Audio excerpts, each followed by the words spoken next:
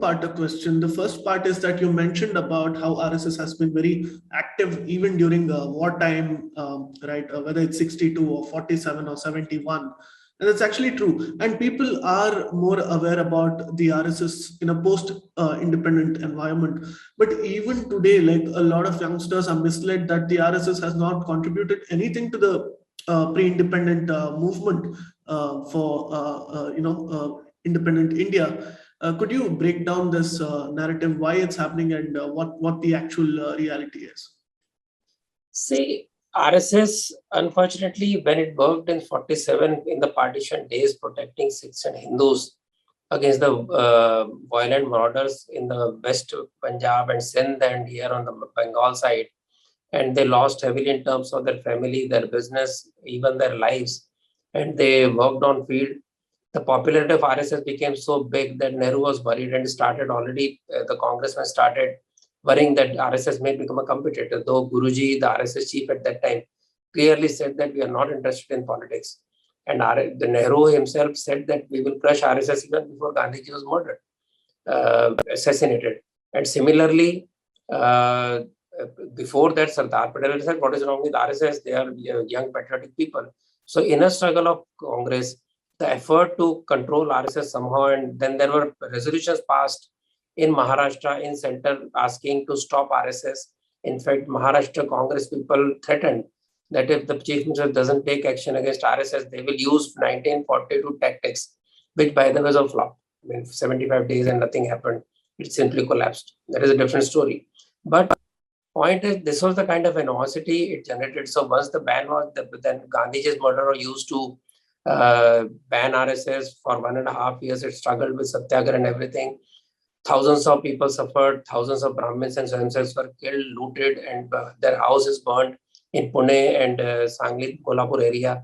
So 84 wasn't the first time when Congress supported people use violence to settle scores. It was also done earlier. In 1948, unfortunately, at that time, Congress was powerful that the stories were totally brushed away. They were blacked out. But slowly things are coming up. And I know people who have suffered. So in this atmosphere, naturally, RSS, first of all, wanted to build itself. So it decided not to care about responding to these kind of stupid charges or countering them or countering the government. They went on building. The RSS chief said that once you have done enough work, people will recognize the worth of the work. They will recognize RSS. So let us not get into countering all this. So this was used by Congress and Communist Party and all these people to smudge RSS with black tar. And by the time RSS decided to counter the propaganda and started its own media, PR work somewhere in 90s, which was nearly 70 years after the RSS was born, it started that work, and that is when slowly they started countering. But 2-3 generations had already gone who were fed with the story that RSS murdered Gandhiji, that RSS is extremist violent organization. So even the work done to support the refugee, unprotected Sikhs and Hindus when Congress was celebrating independence, fighting for ministerial berths, it was only RSS seniors, leaders who were there on the ground to protect the people. For them, there was no Independence Day. It was a dark night. For 14th August was the darkest night in the history of millions of people. Nobody bothered about it. So the work, instead of being rewarded, punishment was given because of pure political lunacy. That is part one. Part two is what RSS did. It's a long story. I have written a book on that. I cannot repeat everything. I would say Dr. Hedviar, before joining starting RSS, was part of Congress. Before that, was part of revolutionary movement. His name was in the files of CID in Calcutta. Once he reached Nagpur, he worked with Congress from 1918. He was one of the chief organizers of Congress national session in Nagpur. That is where he brought the resolution of complete freedom. It was only dominion status by Congress at that time. And asking that once we become free, we will support all the oppressed countries, fight against colonialism and defeat imperialism. That kind of world vision he had. But the resolution was dropped 1920. Then Mopla, we know what happened during rebellion, Mopla, violence. We know how Khilafat Andolan, which was basically a reinstatement of caliphate, how that was used by Gandhiji to somehow make a unity with with the national freedom movement, which never happened. That was the seed of Pakistan. So that is how things deteriorated. By 24. Dr. Ji realized that without starting organization independent of politics, we will not be able to resolve the problems of India, because problem of Bharat were basically problems of Hindu society. Because despite a wonderful prosperous and scientific temper of Indians with great acumen in fight also, they suffered because they were divided. So we have to rise above regionalism, casteism, parochialism to create a unified society. Only then we can have a change in governance, not just change in rulers. So from this mindset, he started RSS. Immediately in 1930, he went to jail in 1920 during non-cooperation movement. He's got 9 months imprisonment. Then again in 1930, he offered Jangal Satyagraha when salt satyagraha was happening in coastal areas. He offered Jangal Satyagraha because there was also law of not cutting wood. So it happened in weather belt when hundreds of Swayamsevaks went to jail. He went to jail and he cautiously resigned from the RSS chief post, saying that we should work under Congress umbrella because that is the vehicle for freedom struggle. He went to jail again another 10 months. And then when he expired in 1940, Guruji was made the RSS chief. And then 42 happened. But at that time, RSS was growing in a big way. But he said, okay, those who want to offer satyagraha can go again without, not as an RSS person, but as Congress. Hundreds of people went to jail. People sometimes ask me who died. Hemu Kalani Singh died. He was hanged to death because he tried to disrupt railways. 3 Swayamsevaks were shot dead in Patna, raising the flag. When 5 people died, that 6 of these 3 were RSS Swayamsevaks. In the firing in Vidarbha, where the local Patri Sarkar was made, one Swayamsevak died, one was sentenced to death, but somehow it got converted to life imprisonment. Then in Goa struggle, when Congress was not taking interest, that is another interesting aspect, that the lakhs of people were living in slavery in Goa, Pondicherry, Dadra, Nagar Haveli.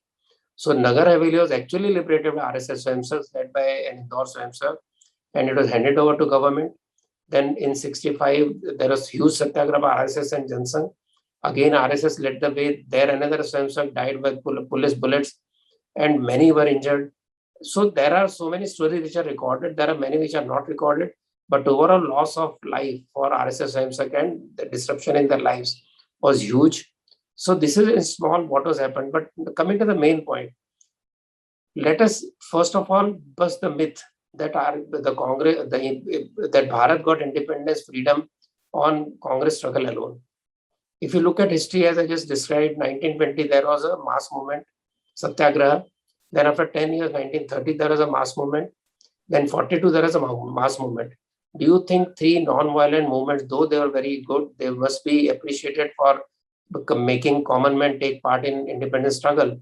But could just 3 movements in a gap of 10 years each or 12 years would have done what was done? Could India be freed by that? No, sir. They're revolutionaries. There were cultural renaissance for years before that. Hundreds of revolutionaries died. They were hanged. They fought. There was INA when the trials happened in Red Fort. There was rebellion. There was naval mutiny in Mumbai. There was mutiny in Jabalpur, Kent.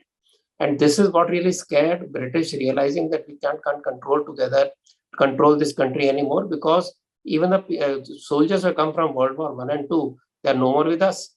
So how will we fight a rebellion? So that is when they decided to hand over the country back to Indians. So to say that Congress non-violence was alone responsible for independence is one of the biggest myths that have been created. There are, as I said, so many elements to it, and RSS just happens to be one of those elements. It doesn't take credit, but I am saying to give credit for 3 small movements. See, 1920 was withdrawn, 1930 just tamely ended, 42 ended in 75 days with most of the leaders in jail, underground movement petering off. Again, that underground movement, all the underground leaders were supported by Congress. They were protected in their homes. Their cases were fought by RSS advocates. It is written by congressman in a statement which I quote in my book. So this is the kind of myth that has been created, and slowly people will realize. Just as people realize RSS has no hand in Gandhiji's assassination, they will realize this also. And by the way, at that time when communists are shouting today, at that time communists in 1942 actually betrayed Congress. They were offering British to get the Congress people arrested. There are letters by Danke and others, so let us serve you, sir. That is the story. Then 46, they said India is not one nationality. Please break it into 17 nations. It is Adhikari doctrine, as is well known. That resolution was given to Cabinet Mission 1946. After independence, they said this is not true independence. So they created a rebellion in Andhra Pradesh, which was alive till 1951 till it was crushed. Yes. So to claim that they were part of independence struggle is the most foolish thing to say and biggest lie. And then to blame that RSS did nothing, again, a young organization with limited people, with limited areas where it did some work, to claim that it did nothing was, it is just another myth. Okay, fine. Please remember to subscribe to us and switch on the notifications for this channel.